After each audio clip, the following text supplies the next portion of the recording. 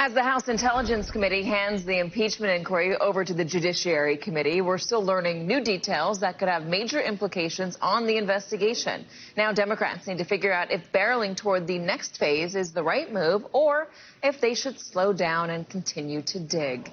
Here now is Democratic Congressman Steve Cohen from Tennessee. He serves on the House Judiciary Committee. So, Congressman, I know you're going to have academic witnesses for the first Judiciary Committee hearing.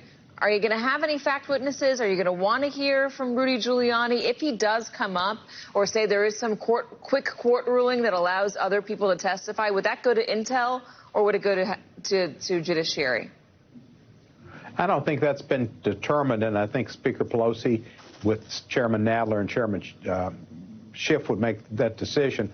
I really don't think the courts are going to have anybody come in very soon. I think the Trump team's going to continue to stonewall and appeal and appeal and appeal. And all of the folks we're talking about, Bolton and McGahn, have long-standing relationships with Republicans and have been, Bolton's got a book deal and McGahn's got a law practice that are really dependent a lot upon their history in working with the Republican team. They're not going to jeopardize that, you know. So I don't see any great change coming in that card. You might have these two fellows, Parnas and whatever his name is, the team from Ukraine, that maybe they would be available. But I imagine Schiff would want to interview them first. But that's a question beyond. It's over my pay grade. Well, let me ask you this. Are you confident that you'll be able to convince the American public that this stonewalling by the White House, this delay tactic from the White House means that you just got to move now? Or are you a little bit concerned that there could be some people out there that say, hey, listen, they might be stonewalling, they might be trying to run out the clock, but I really do want to hear from these people before I personally make a decision on whether or not I want to see the president impeached?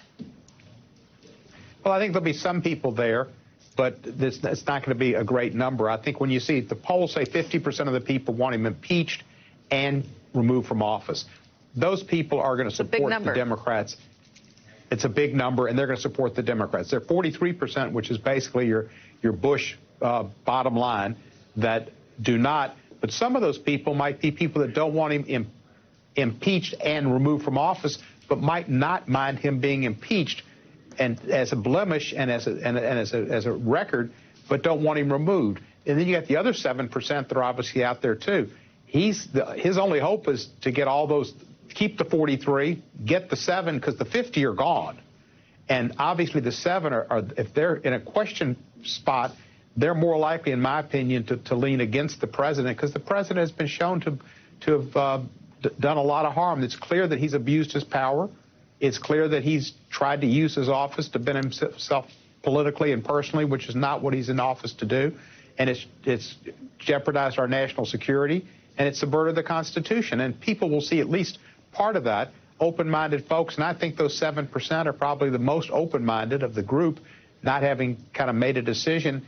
And when you're open-minded, you'll see the facts as being damning to the president and damning for our country. Our country's really, it's at stake. The Constitution's what we're about. It's not just a piece of paper. It's not just something you read about in history. It's a living, breathing embodiment of the United States of America and what it stands for, and it's under attack. I've spoken to fellow members of your committee, Congresswoman Madeleine Dean and Congressman Jamie Raskin, in the past couple of days, and they've walked us through how this first House Judiciary Committee hearing is going to look. They're going to explain what an impeachable offense is, what a high crime and misdemeanor is, line up what the president did with what Nixon did, line it up with what Clinton did, and try to show the American public how egregious the president's actions were. I know you're calling academic witnesses. I haven't seen anybody say who exactly those witnesses are. Can you tell us? Well, I don't know. I've been told that they will be top flight and the best that you can imagine. Lawrence Constitutional lawyers, that sort of thing? I was told. Yeah, Lawrence Schwab's not going to be one, but there'll be others. And for some reason, we're not going to have Professor Tribe. But we will have people that you know of who are experts in the field. The White House, or we've now learned from the New York Times, that the president knew about the whistleblower report in late August. What does that do to the timeline? Well, it shows that he had a reason to say loudly to Sondland, I don't want anything, no quid pro quo. because he knew that the trouble was coming down the line and that he'd been caught and the jig was up. Mulvaney saw it when he went back to try to justify their actions after he found out about the Intelligence Committee report, and he tried to find a way to justify it. The president saw the same thing. They knew they'd stepped in it, and it was sticking, and they started to smell it.